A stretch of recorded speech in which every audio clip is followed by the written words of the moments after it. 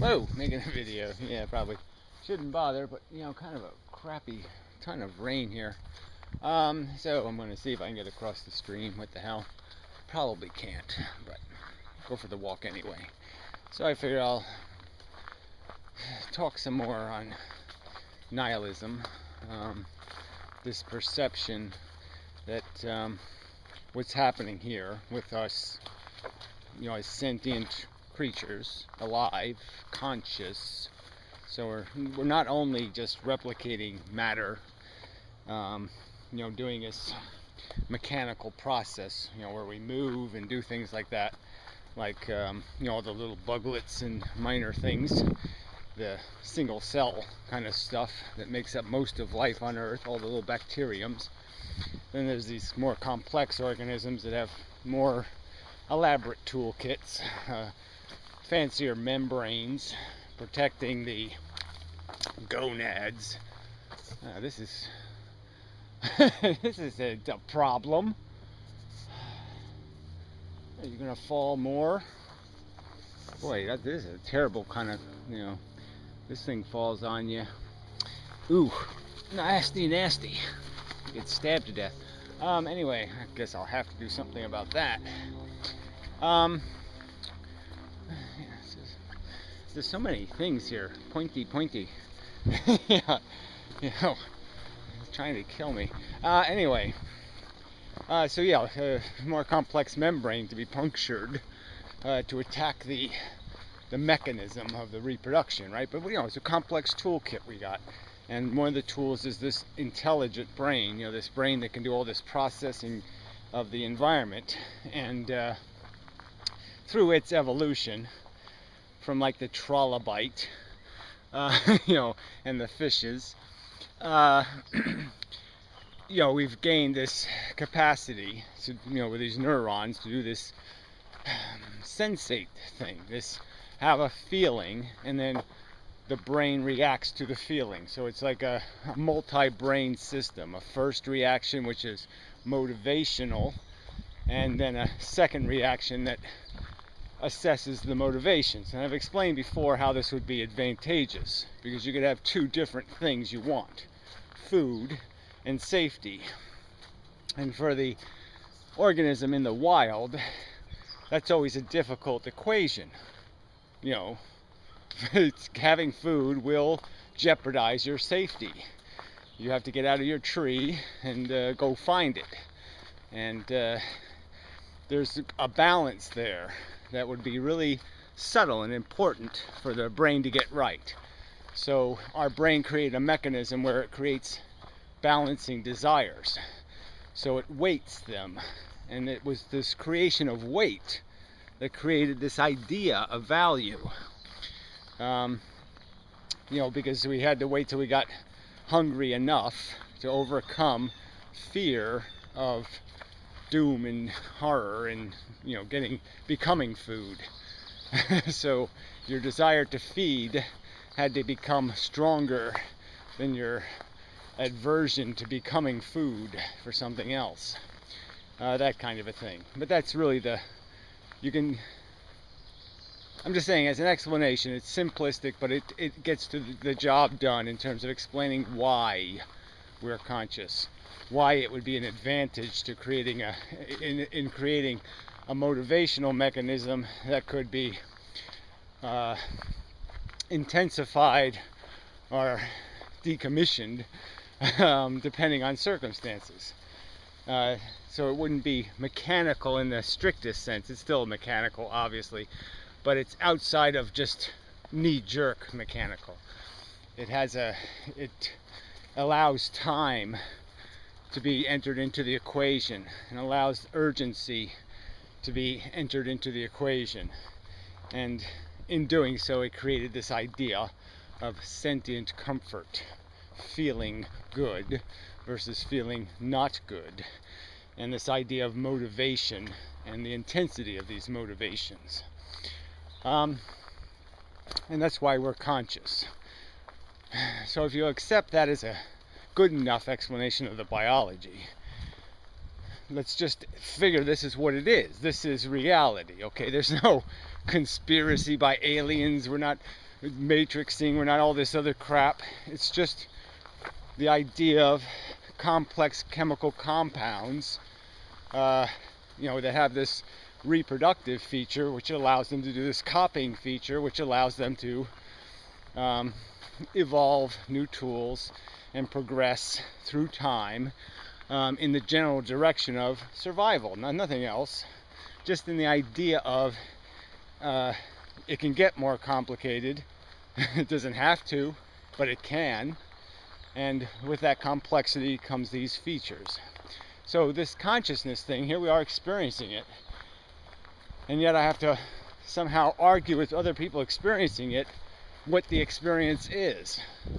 And it's clearly a value experience. It's clearly the sensations are in and of themselves of a quality. You don't mistake them. Okay? Head ache versus head not ache. The difference is obvious. I don't need somebody to explain it to me. One is bad. One is not a good way to be. Not a not a good is a good enough way to say it, but to put in that idea of it's a negative condition. It's the lesser condition. It's a degrade in condition. It manifests as that. It's not confusable. There's no doubt about it. It says it all over itself, kind of thing. Oh, it looks like the cement has washed away. I suppose I can just walk across in the water. I suppose I can. Yeah. What the hell? It's only wet water. Wet won't hurt me. There's a little rapidy. Oh, see, that's almost crossable.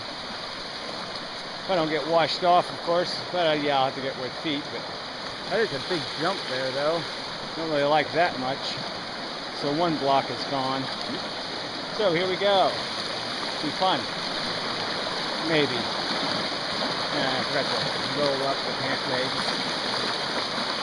Fall down because I'll be rolling up pants. Yeah, that middle one's really gone. Yeah. Maybe I'm better off walking through it. Alright, what should I do? See, this is the calculation part. Yeah, now to do that jump successfully, not so much. Yeah, there's the block there. And now my feet are already wet anyway, so I'm probably safer just cutting a path through here and then trying to jump and miss and such. So yeah, see, so far so good, and no snakes. And so yeah, I made it okay. Yeah, so not so bad. So anyway, so yeah, the hardware brain did its job. It measured a circumstance, used its personal experience, its knowledge base, its understanding of physics and dynamics and possibilities and probabilities, and came up with a plan, and it worked this time. So it was a good plan. I feel good. I don't feel wet or damaged or hurt. So I'm rewarded by not being worse off for the experience. So it goes in there into my brain as a, that worked that time. Anyway, so here we have this mechanism that's so loudly talking to us in terms of these motivational feelings, these I need something, the sense of deprivation. Say if I don't ingest nicotine in a regular basis, my body will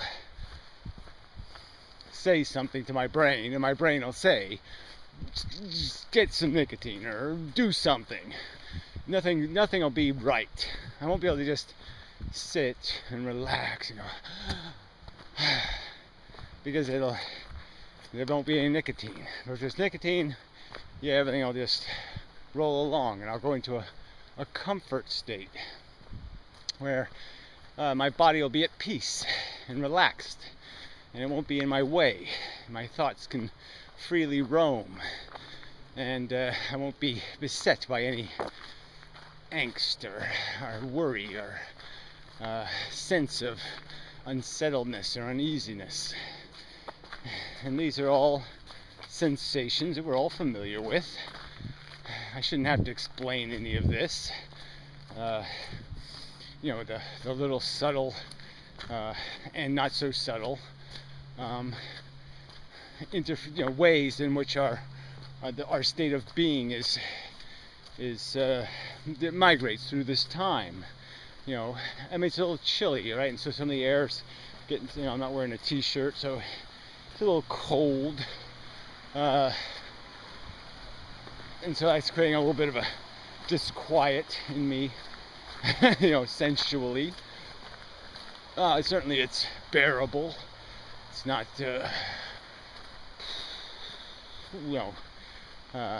hostile in some big way.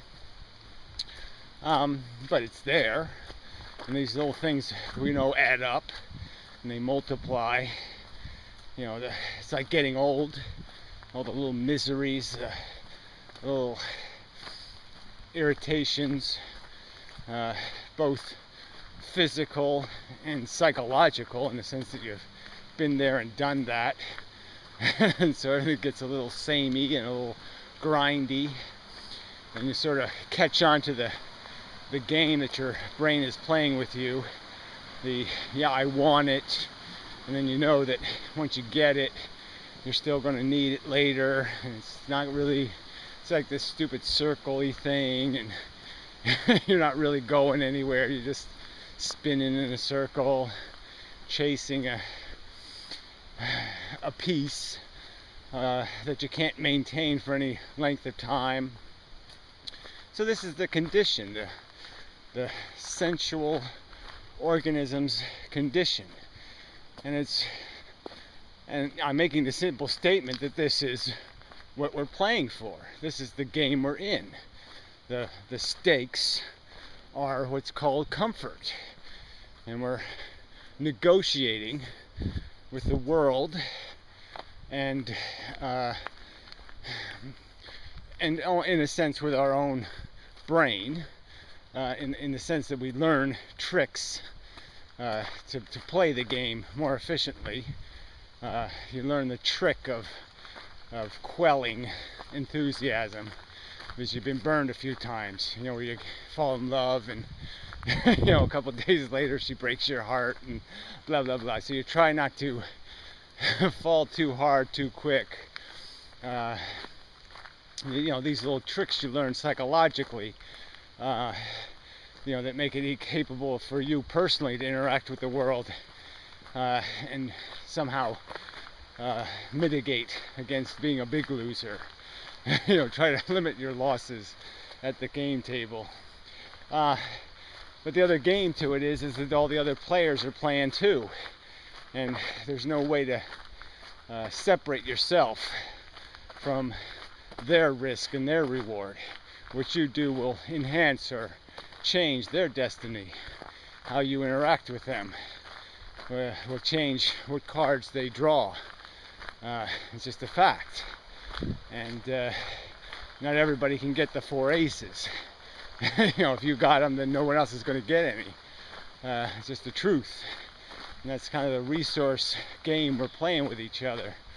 And that's the real game. It's a real game being played.